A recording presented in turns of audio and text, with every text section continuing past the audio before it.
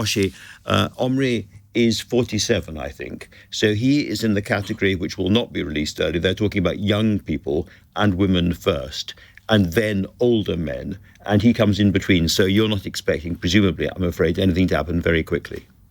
Thank you for having me, Andrew. Yes, Omri turned 47 in captivity last April.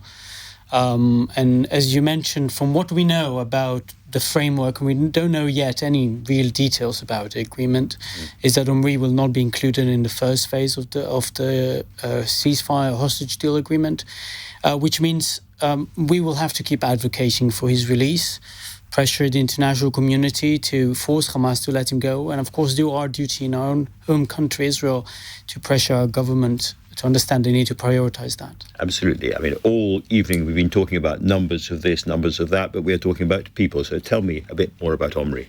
Thank you for asking that. It's so important that we focus on that, stories of people from both Gaza and Israel. Omri is a shiatsu therapist, is a gardener as well, working in Kibbutz Nachalos, from where he was kidnapped on the Israel-Gaza border. Father to two beautiful daughters, my nieces Roni and Alma.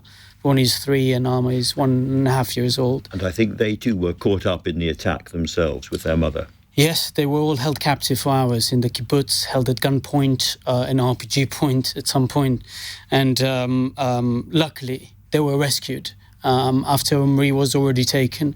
But a worse situation could have happened to our family if something would have happened to them. My entire immediate family was experiencing October 7th. I was in New York at the time. But they were all experiencing to several degrees. And we try and hold to the hope of bringing Omri, this beautiful human being who is a love of nature, love of humanity, a sports fan. He supports Liverpool in Maccabi Tel Aviv. And we want him home. And we will not stop advocating for him. That's why I'm here in the UK. I just landed here today to meet officials tomorrow and advocate with the public. And of course, as I said, any deal is better than no deal. But from your point of view, it must be in some respects even more painful and agonizing to see some people coming out when they do, if they do, and still waiting for the next phase, because this could go wrong at any time, couldn't it?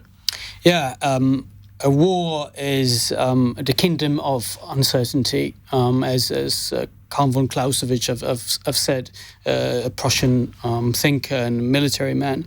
And I studied him in my military training. I was an officer. And so every second on the battlefield, things could change and could influence negotiations. So, of course, we're concerned. In my point of view of many families of hostages, everyone needs to prioritize a comprehensive deal where we have a specific time framework, when we know when the last hostage is being released. At the moment, it doesn't seem like that deal, the current deal on the table, is going to do that. And I'm rejoicing for the families who will see their loved ones, I hope, as soon as possible.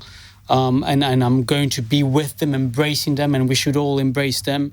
But we have to remember that if 33 are coming home, there are still 65 who will remain in captivity, waiting for to be rescued. Moshe, I can only hope that you give Omri a really big hug very soon. Thank you so much for coming in and talking to me.